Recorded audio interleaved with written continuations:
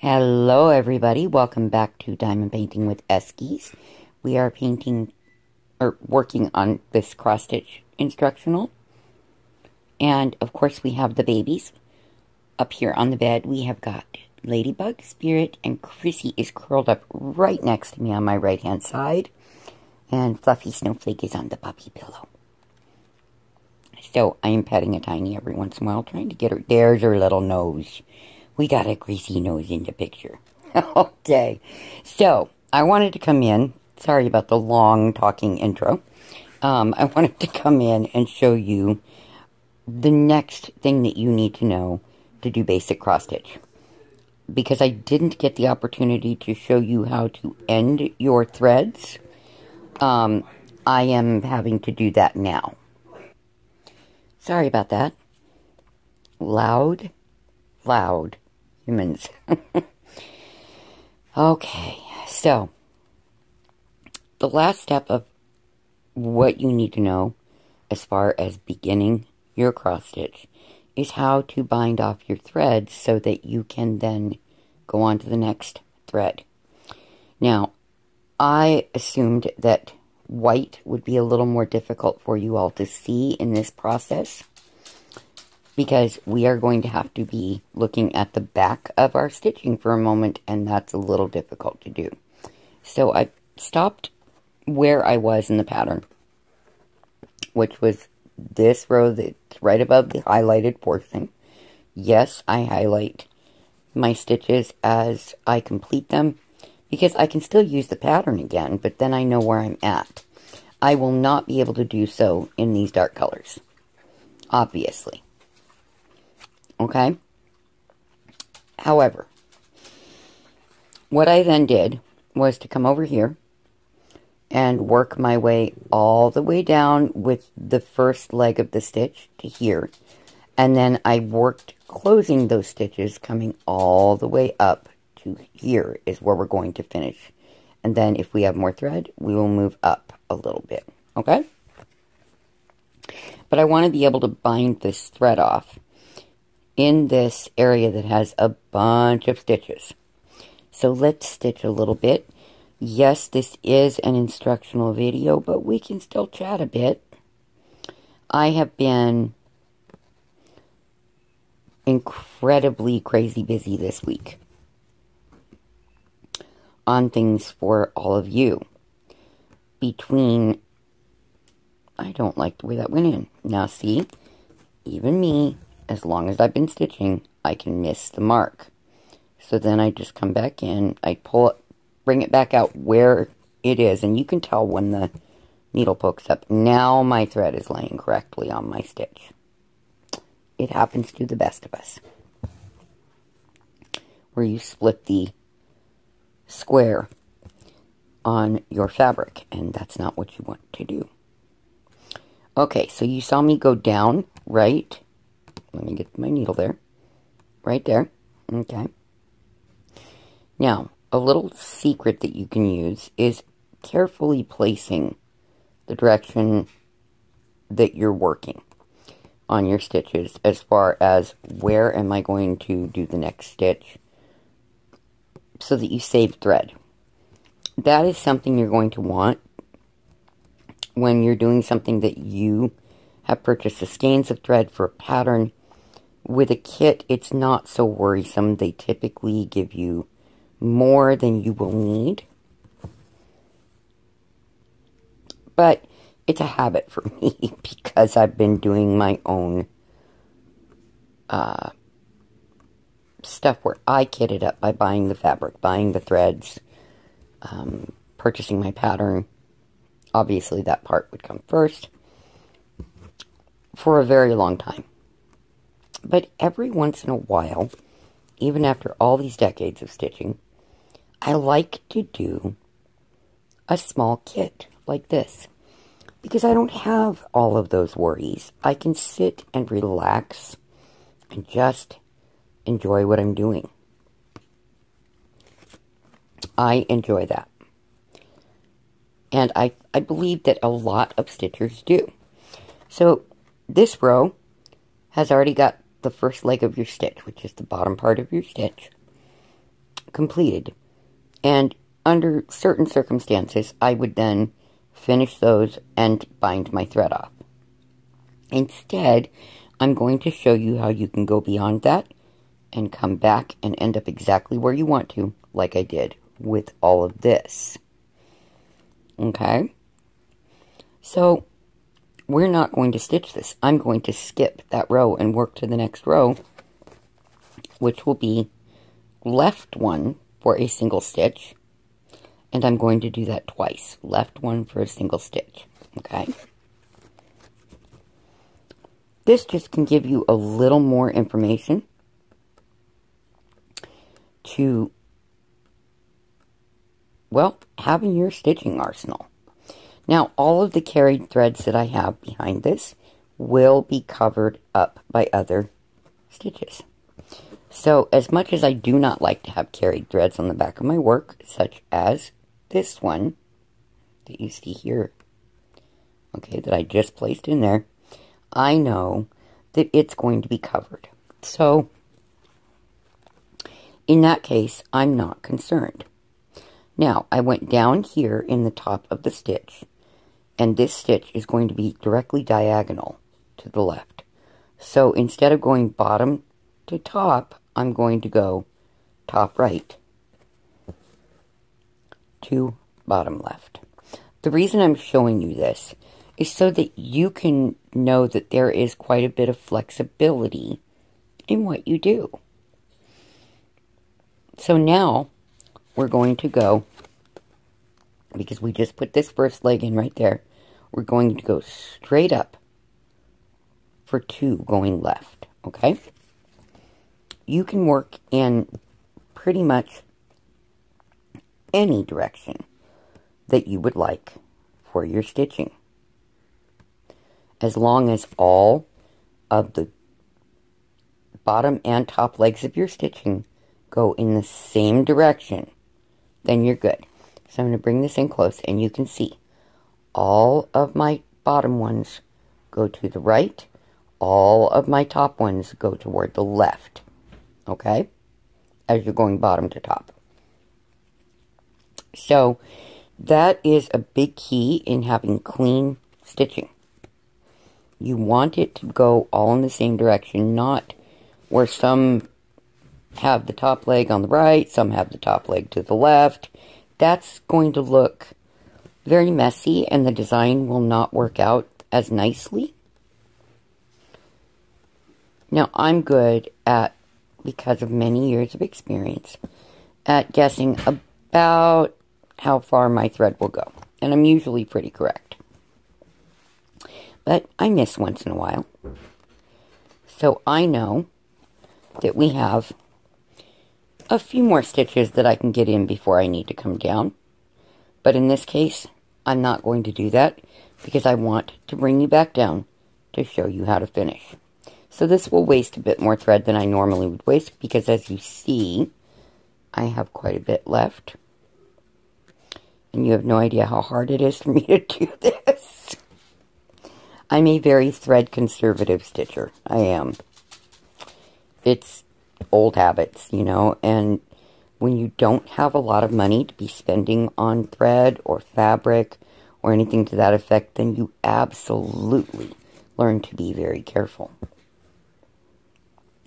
to get your threads to go just as far as you possibly can. Now, something fun here. We've got these 3 stitches right here going in a diagonal. So you saw me come top to bottom on that one, and it leads me to where I'm supposed to go in that direction, but that wouldn't work so well. So I'm going to go bottom to top in this middle stitch, and then I will again return to top to bottom for these. Now that's because I'm working upward. When you're working downward, it works the same way, but typically you're working bottom to top of the stitch.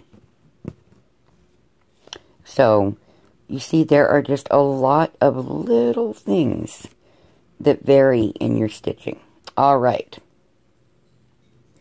So this entire area of purple is complete. And we are, which I still think that that's 211. Maybe 210, but seriously. Alright, so now we're going to turn our work over where the back is showing. And as you can see, that stitch that I carried got covered up by stitches. So it's not hanging loose. It's not the possibility of it getting pulled or snagged on something. So I'm going to pull this up. Now here, I have completed stitches is what I've got. Alright? So what I'm going to do is take my needle and thread, and I'm going to push my needle under about 4 or more of those finished stitches in the back. Okay? I never work less than 4 that way because this way it doesn't come out. So, you're never going to wash from stitching in a machine. You're always going to wash by hand. I'm going to turn you so you can see what I'm doing. I'm going to turn my stitching. Then I pull the needle. Sometimes that can be difficult. You can always grab a little pair of pliers. So now it's tucked under those threads. I'm going to pull my needle off. Grab. I tend to stick it in my mouth. Sorry, guys. Grab my little pretty thread scissors. That, again, I do not use on anything other than thread or fabric or yarn. And I have a special pair for yarn. So these I only use on thread.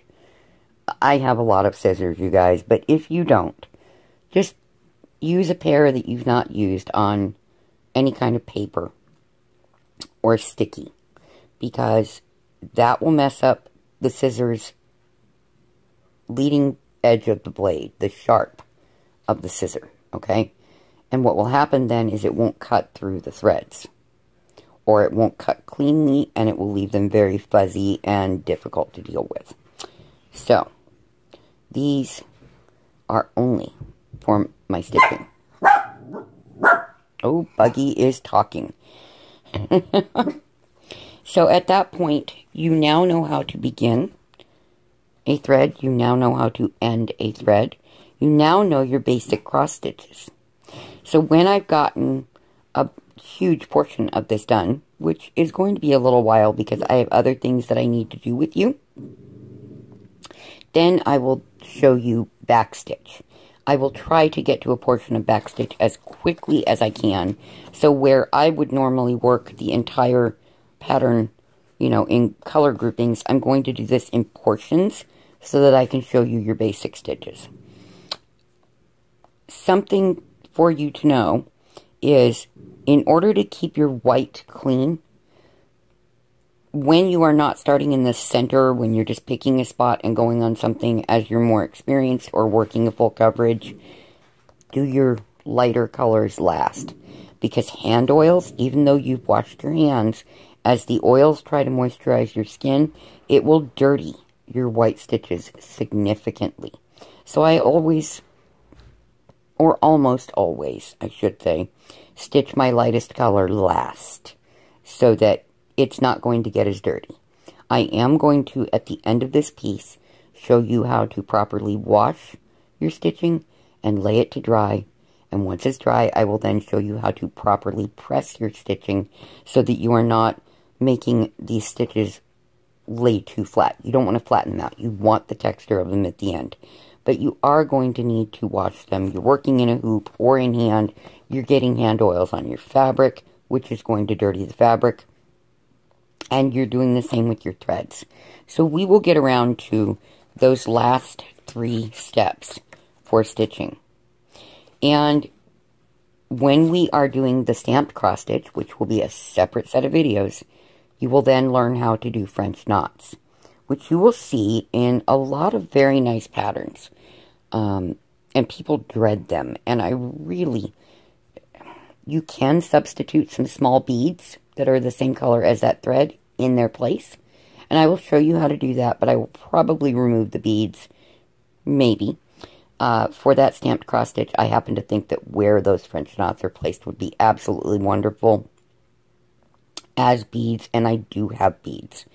So, we'll see how that goes. Maybe I'll do one of the snow people with the French knots, one with beads. We'll see. I just want to be able to show you as much of the different techniques and alternatives that you have in working your cross stitch, whether that be counted or stamped, because even stamped you can alter what you would like. Let's say that, which is not the case here, let's say that I didn't like this blue and I have a stash of thread like I do. I could change the color and personalize it easily. You do not have to mark your patterns. Most people do not.